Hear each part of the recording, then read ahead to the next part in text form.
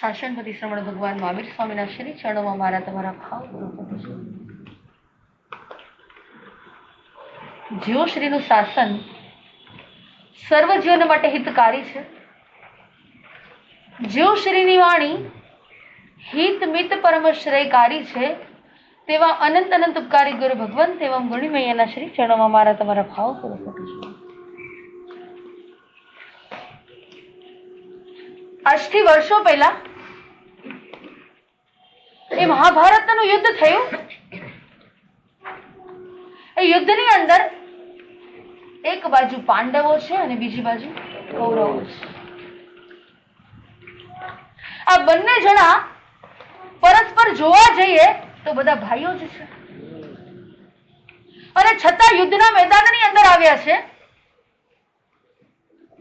અને એ યુદ્ધ કરતા કરતા એક પછી એક વિજય પ્રાપ્તિ કરતા કરતા આ બાજુ એક દિવસ પાંડવોની આખી સેના એ ચિંતાની અંદર ડૂબી ગઈ.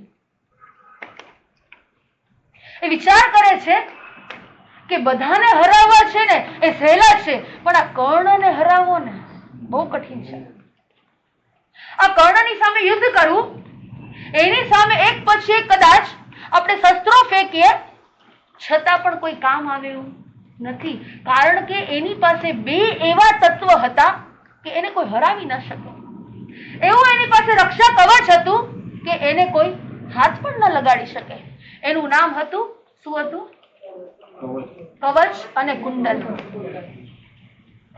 આ બે વસ્તુ એ સુરક્ષા કવચ હતી. અને આ બાજુ આખી પાંડવોની સેના વિચાર કરે છે કે સામેના પક્ષની અંદર કોણ છે? કર્ણ રહેલા છે. હવે એને હરાવવા તો મારે હરાવવા કેવી રીતે? એની પાસે આ દેવી અર્પિત, આ દેવોએ આપેલા એ કવચ અને કુંડલ બે રહેલા હતા. અને આ બાજુ આખી માનવ ભૂમિની અંદર એકબીજા લોકો વાતો કરવા લાગ્યા કે આ જગતની અંદર કદાચ ઘણા બધા દાન આપતા હશે, ઘણા બધા કંઈક અર્પણ કરતા હશે, ઘણા બધા ઉદાર હશે, પણ આ કર્ણ જેવો દુનિયામાં કોઈ દાનવીર નથી. આજથી વર્ષો વીતી ગયા પછી પણ પ્રથમ પંક્તિની અંદર સૌથી પહેલા નંબરની અંદર જ્યારે કોઈ દાનવીરની વાત આવે ને ત્યારે આપણે કોને યાદ કરીએ? એ કર્ણને યાદ કરીએ. એ ભામાશા હોય તો પણ ભલે, એ દેદાસા હોય તો પણ ભલે, એ કોઈ પણ હોય, પણ કર્ણની તોલે કોઈ આવે?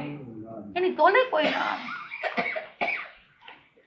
અને આ બાજુ ઇન્દ્ર મહારાજાને પણ દેવલોકની અંદર ખબર પડી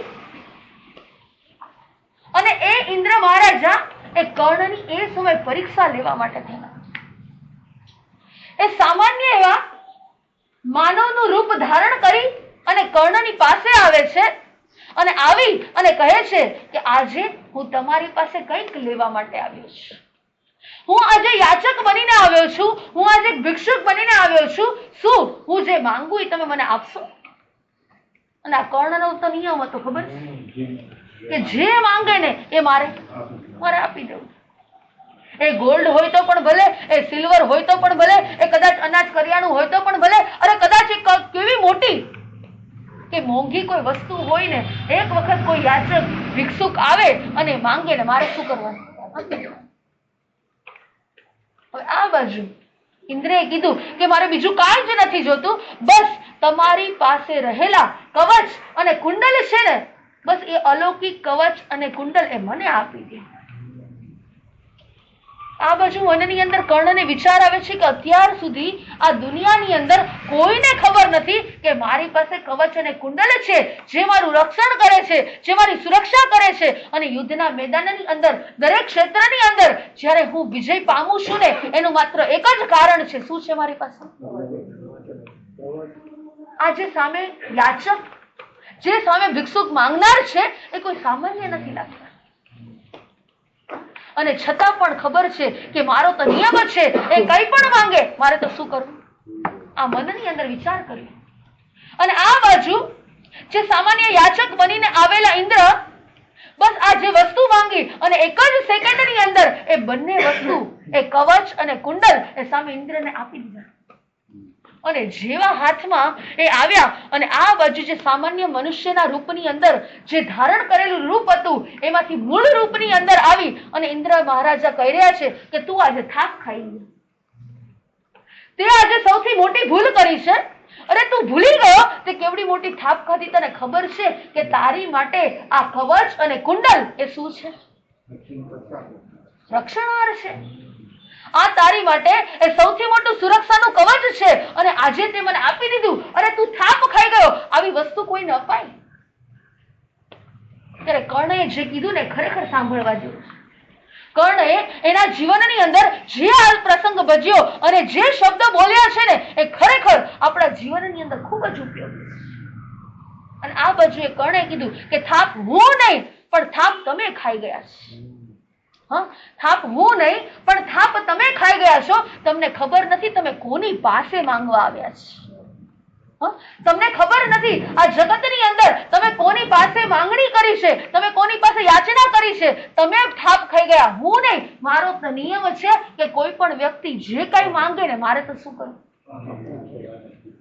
અમારી ફરજ છે, અમારી જવાબદારી છે, મારી રિસ્પોન્સિબિલિટી છે.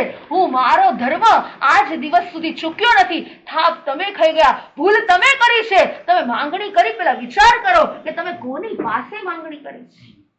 એક સેકન્ડ પણ એ કર્ણએ વિચાર ન કર્યો કે આવતીકાલે મારું શું થશે. એને ખબર હતી કે આજે કવચ અને કુંડલ ગયા, આવતીકાલે મારી પરાજય નિશ્ચિત છે. અને છતાં પણ એની રિસ્પોન્સિબિલિટી, એની જવાબદારી, એનો ધર્મ એ અંત સમય સુધી એ કર્ણ ચૂક્યા નથી. હું તમને પૂછું, મારી અને તમારી આ શાસન માટે રિસ્પોન્સિબિલિટી કેટલી? કેટલી જવાબદારી? કઈ જવાબદારી ખરી કે હે પ્રભુ મને આ જીને શાસન મળ્યું, મને આ જૈન ધર્મ મળ્યો, મને આવા સાધુ સંતોનો યોગ અને સહયોગ થઈ ગયો. મારી રિસ્પોન્સિબિલિટી, મારી કઈ રિસ્પોન્સિબિલિટી, મારી જવાબદારી શું? કઈ જવાબદારી? જ્યારે અમે દીક્ષા ગ્રહણ કરી, અમને આ સંયમનો માર્ગ મળ્યો અને જ્યારે એ દીક્ષા દાતા ગુરુદેવ જ્યારે અમને રજોરણ આપે ને, એ રજોરણ ખાલી નથી આપતા. યાદ રાખજો, એ અમને એક રિસ્પોન્સિબિલિટી પણ આપે છે, એ અમને એક જવાબદારી પણ આપે છે. એ કહે છે કે તમને આ રજોરણ મળ્યો, એની સાથે સાથે જીન શાસનની રક્ષા કરવી ને આ તમારી રિસ્પોન્સિબિલિટી છે. આ સંપ્રદાયની રક્ષા કરવી ને એ તમારી જવાબદારી છે. આ સારા સમાજને તમારે શાસન પ્રભાવના કરવી ને આજથી આ તમારી જવાબદારી. એક રજોરણ અમને મળે ને અને અમારી જવાબદારી વધી જાય. એક પરમાત્માની પછેડી મળે અને અમારી જવાબદારી વધી જાય. એક અમારા હાથની અંદર પાત્ર આવે અને અમારી જવાબદારી વધી જાય. હું તમને પૂછું કે તમારી જવાબદારી શું છે? આપણી કઈ જવાબદારી કે નહીં? આપણી કોઈ ફરજ છે કે નથી? બસ અમારી ફરજ એક જ છે માસી, સવારે અમે ઉઠીએ અને ઉઠીને સવારે નૌકારથી કરીએ ને હાથમાં થેલી લઈને ઉપાસરે આવે, અમારી જવાબદારી. આપણી રિસ્પોન્સિબિલિટી શું છે? એ પહેલાના વખતની અંદર ઘણી વખત મહાસતીજી પ્રવચનની અંદર ફરમાવતા હોય કે શ્રી સંઘની અંદર રહેલા દરેક શ્રાવક અને શ્રાવિકાની ફરજ શું છે, એક જવાબદારી શું છે. પહેલાના વખતની અંદર એ નાના નાના ગામો હોય તો પણ ભલે, એ મોટા સિટી હોય તો પણ ભલે, એ સ્થાનકની અંદર એક પણ કોઈ કર્મચારી ન હતા. ખબર છે તમને? કોઈ જ કર્મચારી ન હતા. સૌથી પહેલા ઉપાશ્રયની અંદર આવે અને સૌથી પહેલા વાસી કાજો કોણ કાઢે? કર્મચારી નહીં પણ મારા શ્રાવક અને શ્રાવિકા. મારી જવાબદારી છે, મારો સંઘ, મારું સ્થાનક. કોની જવાબદારી? મારી કે કોઈ બીજાની? એ ઢસા ગામની અંદર ઘણી વખત મહાસતીજી કહેતા કે એ પ્રમુખ હોય, એ પાળિયાદ ગામની અંદર એ પ્રમુખ હતા અને એ પ્રમુખ સૌથી પહેલા ઉપાશ્રયની અંદર સાધુ સંતોને આજ્ઞા દેવા માટે આવે અને આજ્ઞા દીધા પછી પહેલું હાથની અંદર એ ઝાડુ ઉપાડે. મારી ફરજ છે, મારી જવાબદારી છે, મારો સંઘ છે, મારા સાધુ સંતો પધાર્યા છે અને વાસી કાજો કાઢવાથી જ્ઞાની પરમાત્મા કહી રહ્યા છે કે છઠ કેટલું પુણ્ય? એક છઠનું પુણ્ય. જવા દો, અહીંની વાત જવા દો. તમારા ઘરે કાઢો છો કે નહીં વાત કરી આપણે? તમારા ઘરની કઈ જવાબદારી કે નહીં? બોલો તો ખરા, વિચાર તો કરો. કદાચ આપણે સ્થાનકની અંદર આપણી એ જવાબદારી, આપણે ફરજને આપણે નથી નિભાવી રહ્યા, પણ આપણે આપણા ઘરની અંદર જે સ્થાન ઉપર આપણે રહીએ છીએ, આપણો પરિવાર રહે આવે છે ત્યાંની આપણી રિસ્પોન્સિબિલિટી શું? તો કે સવારે ઉઠ્યા અને માસીજી આપણને પેલા ચા યાદ આવે કે આપણે સૌથી પહેલા નંબરની અંદર એ પરિવારની અંદર એ ઘરની અંદર મારી ફરજ, મારી રિસ્પોન્સિબિલિટી, મારા આત્મા માટેની મારી શું જવાબદારી? તો કે સૌથી પહેલા ઘરની અંદર હું કાજો કાઢું. કેટલા લોકો કાઢે? સાચું કહેજો, હાથ ઉપર કરજો. આટલા લોકો બેઠેલા, બસ 5, 6, 7 જણા ખાલી. બોલો, વિચાર કરો, આટલામાંથી ખાલી. અરે આપણો ધર્મ શું છે? ખાલી ઉપાશ્રયની અંદર આવ્યા પછી એક સામય કરવું એ આપણો ધર્મ જ. અહીંયા બેઠેલામાંથી પૂછું કે કાજો કાઢે છે, બીજા નંબરની અંદર એ ગેસને કોણ પૂંજે છે? અરે આપણે જૈન છીએ. જતના એ તો આપણી કુળદેવી છે. જૈના એ તો આપણી માતા છે. આપણી જવાબદારી, આપણી રિસ્પોન્સિબિલિટી શું છે? અને આ પાઠ આ બાજુનો પાઠ છે. ઘરની અંદર જતના કેવી રીતે કરવી? અરે આ ચોમાસાની સિઝન છે, કેટલાયના ઘરે અમે ગોચરી માટે જતા હોય અને એ સમય અમે જોઈએ કે ઘરમાં કેટલાય આટલા નાના નાના વાંદાઓ ફરતા, કેટલાય નાના નાના ઇન્સેક્ટ, કેટલાય જીવડાઓ ફરતા હોય અને આપણને વિચાર આવે કે આવ કેવી રીતે? એ ઘરની અંદર આજે મુંબઈની અંદર સૌથી વધારે ઉપદ્રવ હોય તો ઉધઈનો ઉપદ્રવ છે. કારણ કે અહીંનું વાતાવરણ પણ કેવું છે? તો કે ભેજનું વાતાવરણ છે. અહીંની આબોહવા પણ કેવી છે? તો કે આખી ભેજવાળી આબોહવા છે. અને કોઈ પણ વુડનની આઈટમ હોય, કોઈ પણ હોય તો તરત જ શું થઈ જાય છે? અરે ઉધઈ ક્યારે થાય? એ નાના નાના જીવોની ઉત્પત્તિ ક્યારે થાય? તમે જતના ન રાખો એટલે શું થઈ જાય? ઉત્પત્તિ. અરે ઘણી વખત અમે ગોચરીની અંદર જઈએ, ગોચરીની અંદર જઈ અને અમે પાત્રાને ધોવા માટે થઈ અને અમે શું લઈએ? તમારા ઘરે ચણાનો લોટ લઈએ. એ ચણાનો લોટ લઈએ અને એ બેન જયારે અમને ચણાનો લોટ ઓરાવતા હોય અને ઓરાવતી વખતે એ ચણાના લોટ એટલે કે 1-2 ચમચી ઓરાવે અને એની અંદર 3 થી 4 ધનેડા નીકળે. આપણી ફરજ શું છે? આપણી જવાબદારી શું છે? વિચાર કરો કે ઘર હોય તો પણ ભલે, એ પરિવાર હોય તો પણ ભલે, એક સમાજ હોય તો પણ ભલે, એક ધર્મ સ્થાનક હોય તો પણ ભલે, મારી જવાબદારી શું? જ્યારે હું સ્થાનકની અંદર આવું ત્યારે મને મારા પુણ્યના ઉદય, મને બેસવા માટેની ચેર મળી જાય છે. અને જ્યારે હું અહીંયાથી ઘરે જાઉં, મારી સામાયિક પરિપૂર્ણ થાય, મારી પ્રતિક્રમણ પૂરું થાય એટલે મારી જવાબદારી છે કે જે મને બેસવા માટેની ચેર મળી એ ફરીથી જે સ્થાન ઉપર હોવી જોઈએ ને એ સ્થાન ઉપર હું રાખી દઉં. અહીંયા આવે ઉપાશ્રયની અંદર, એ સામાયિક કરે, એ પ્રતિક્રમણ કરે, જીનવાણીનું શ્રવણ કરે અને અહીંયાથી જેવા જાય એટલે તરત જ ફરી જ્યાં ચેર હોય ને ત્યાં જ. ઓકે, નો પ્રોબ્લેમ. આપણે ત્યાં કર્મચારી છે એ મૂકી દે છે, પણ મારે વાત તમને કરવી છે કે મારી જવાબદારી શું, મારી રિસ્પોન્સિબિલિટી શું? મેં જે વસ્તુ વાપરી એ મારા પુણ્યનો ઉદય. અને જો તમારી વસ્તુ વાપરેલી બીજા લોકો, એ ઘર હોય તો પણ ભલે, એ ઉપાશ્રય હોય તો પણ ભલે, બીજા યોગ્ય સ્થાને મૂકે ને, તમારું પુણ્ય ખર્ચાઈ જાય. ઘણાની ઘરની અંદર એવી આદત હોય કે બધું વ્યવસ્થિત જગ્યાએ હોવું જોઈએ માસતીજી, અને એ ન હોય ને તો કોળિયો ગળે ઉતરે નહીં. બધું પરફેક્ટ જગ્યાએ. એ કદાચ કારની કી હોય તો પણ ભલે, એ ઘરની કી હોય તો પણ ભલે, એ નાના બાળકોના ઘરમાં ટોય હોય તો પણ ભલે, એ કિચનની અંદર ડીશ કયા સ્થાનની અંદર, એ કપ અને રકાબી કઈ જગ્યાએ હોય, એ બધું અમને પ્રોપર જોઈએ. આ પણ એક પ્રકારની જતના છે. અને ઘણી વખત ઘણીવાર એવું બને કે એક કારની ચાવી એ ઘરની અંદર ક્યાંય પણ મૂકી દીધી હોય, જ્યારે જવું હોય ને ત્યારે હાફડા ફાફડા થઈ જાય, ત્યારે ઉતાવળા થઈ જાય અને ત્યારે એટલી બધી અજતના થાય. પેલું ડ્રોવર ખોલશે, ઓલું ખોલશે, એ ફ્રીજની ઉપર જોશે, એ ટીવીની ઉપર જોશે, એ અલગ અલગ કેટલી જગ્યાએ જોશે અને પછી ન મળે એટલે શું થાય? આજે નક્કી કરો મારી જવાબદારી, મારી ફરજ શું છે? જે સ્થાન પર જે વસ્તુ લીધી હોય અથવા તો જ્યાંથી આપણે મેળવી હોય એ સ્થાન પર મારે એ વસ્તુને રાખી દેવી. આ મારી જવાબદારી છે, અમારી ફરજ છે.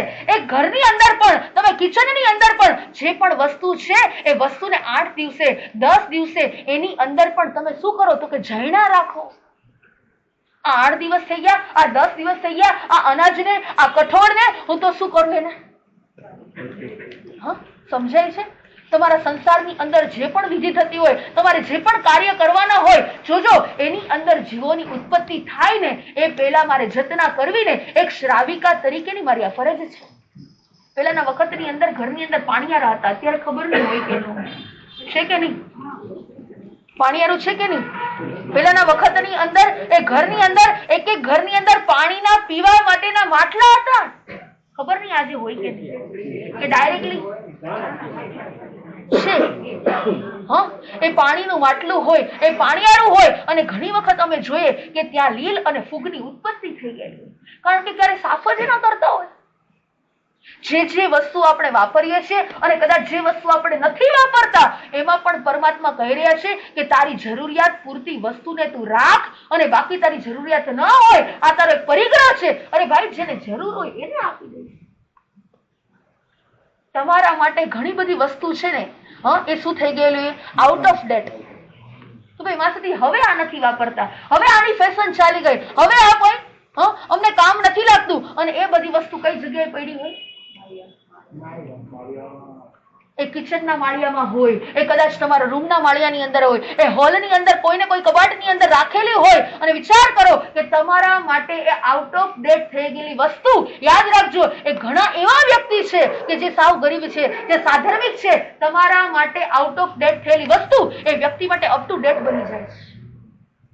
તમને એની કિંમત નથી, તમને એની કદર નથી. પણ કેટલા એવા વ્યક્તિ છે કે જેના માટે જરૂરિયાત છે. નક્કી કરજો કે પર્યુષણ આવતા પહેલા મારે મારો પરિગ્રહ ઘટાડવો છે. મારી રિસ્પોન્સિબિલિટી, મારી જવાબદારી, મારી જતના દેવી. બસ મારે ઘરની અંદર, મારે પરિવારની અંદર, મારે સંઘની અંદર, એ ઉપાશ્રયની અંદર પણ એક કચરો પડ્યો હોય ને તો આપણને એમ થાય, લાવ મારો સંઘ છે, હું શું કરું? એમ થાય કે ન થાય આપણને? કે ખાલી સંજયભાઈની જવાબદારી? અરે દરેક વ્યક્તિની જવાબદારી, દરેક વ્યક્તિની ફરજ છે. We are responsible. બધા જ વ્યક્તિ જવાબદાર છે. અને જે વ્યક્તિ ફરજ ચૂકે છે ને એ વ્યક્તિ ધર્મ ચૂકી જાય. જે વ્યક્તિ ફરજ ચૂકે છે ને એ વ્યક્તિ ધર્મ ચૂકી જાય. એ પરિવારની અંદર વડીલ હોય અને કદાચ એના 2, 3, 4 ભત્રીજી હોય, એ ભત્રીજા હોય, એ બરાબર પ્રોપર લાઇનસર ન હોય તો એને માર્ગદર્શન આપવું એ પણ એક વડીલની રિસ્પોન્સિબિલિટી છે. એને સારો બિઝનેસ બતાડવો, એને બિઝનેસની અંદર સ્ટેબલ કરવો, એને આંગળી પકડવી, એ પણ કોની ફરજ છે? એક વડીલની ફરજ છે.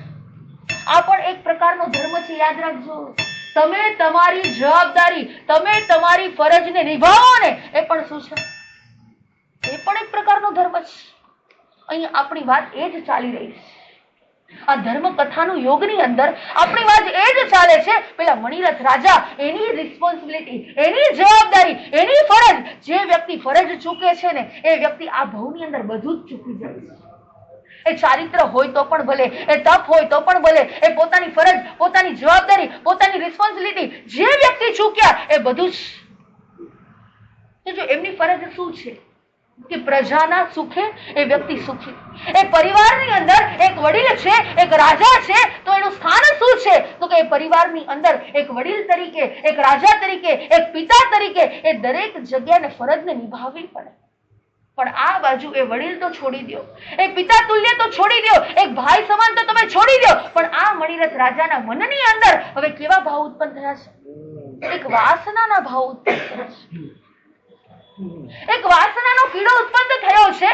આ બાજુ એ મદન રેખા, મેં ગઈકાલે પણ કીધું હતું કે એટલી જ શીલવતી હતા, એટલા જ રૂપવાન હતા, એટલા જ ગુણવાન હતા. આ ત્રણે ત્રણનું આ જગતની અંદર કોમ્બિનેશન મળવું ને એ બહુ જ દુર્લભ છે. અતિ અતિ અતિ અતિ દુર્લભ છે. અને આ બાજુ મદન રેખાના જીવનની અંદર આ શીલ પણ હતું, ગુણ પણ હતા અને રૂપ પણ એટલું જ હતું. અને એક વખત એમની દ્રષ્ટિ એમના ઉપર પડી અને આ બાજુ વિચાર આવે છે કે બસ આ જ ભવની અંદર અને અત્યારે ને અત્યારે હું એને મહારાણી બનાવ્યા વગર ન રહું, હું એને મારી પટરાણી બનાવ્યા વગર ન રહું.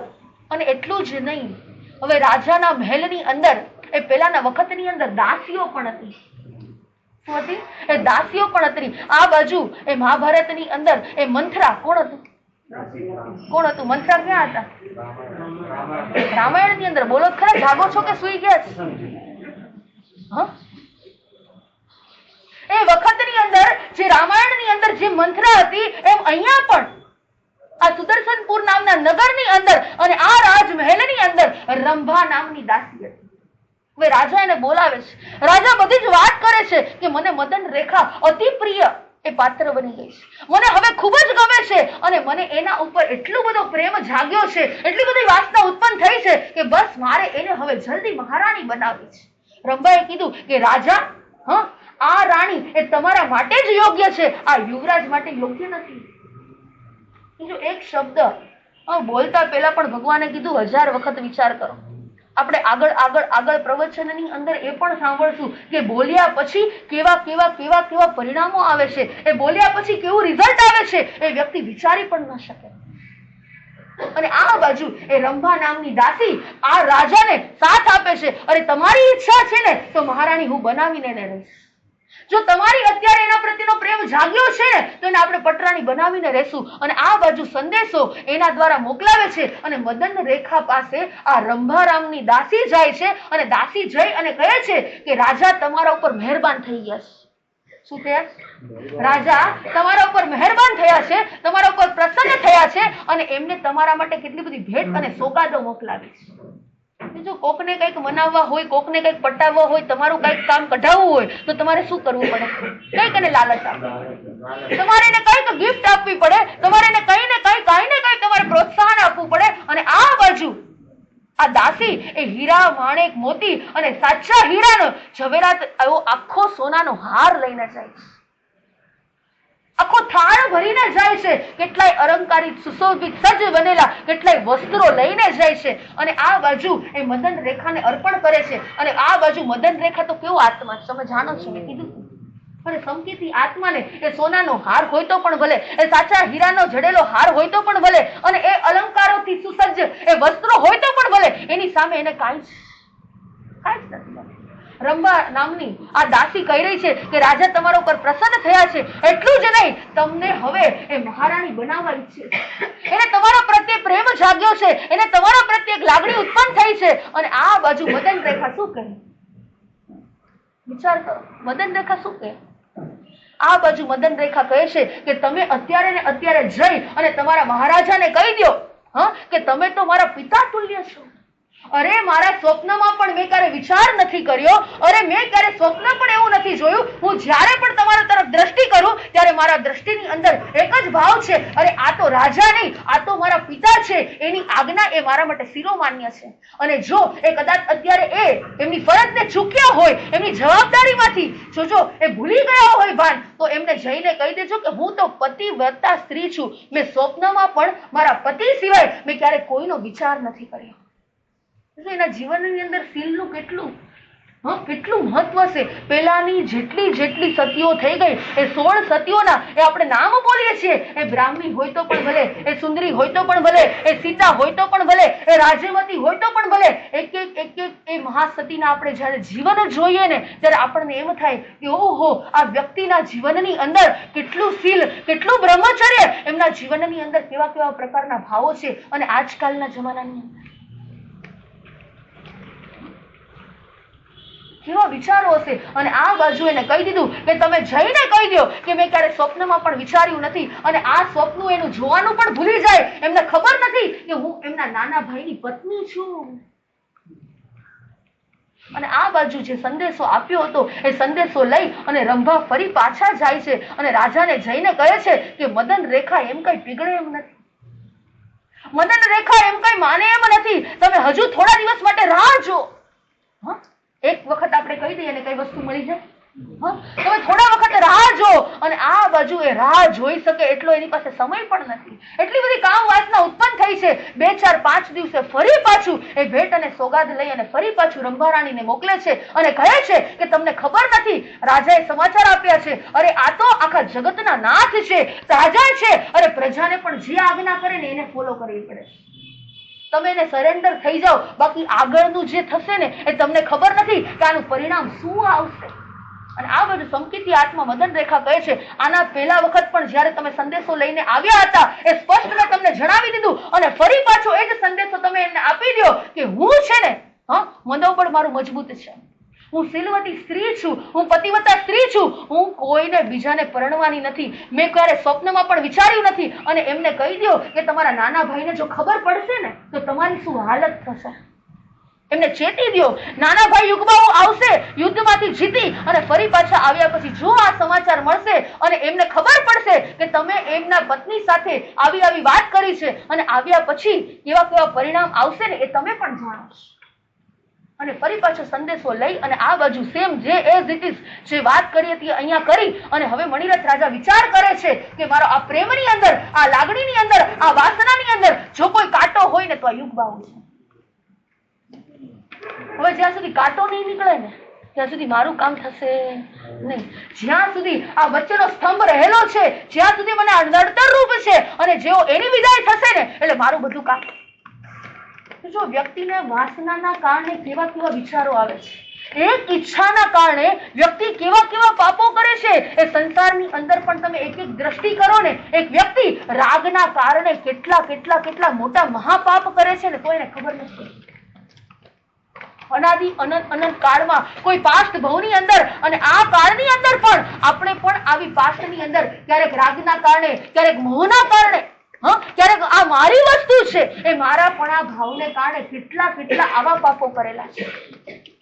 અને હવે મણિરથ રાજા ના મનની અંદર આગળ જતા જતા એ કેવું ષડયંત્ર રચે છે અને આ બાજુ એ યુદ્ધના મેદાનમાંથી આ યુગબાહુ પરત ફરે છે અને પરત ફર્યા પછી આ કઈ જગ્યાએ કઈ સ્થાનની અંદર રોકાય છે અને આગળ જતા આ મદન રેખા કયા સ્થાન પર જશે, મણિરથ રાજા એ ષડયંત્ર એ આગળ જતા કેવું રચે છે, એ બધા જ ભાવોને આપણે સાંભળીશું. જેટલા અંશે આપણા હૃદયની અંદર અવધારીશું એટલા અંશે મારો અને તમારો આત્મા દિવ્ય અને ભવ્ય.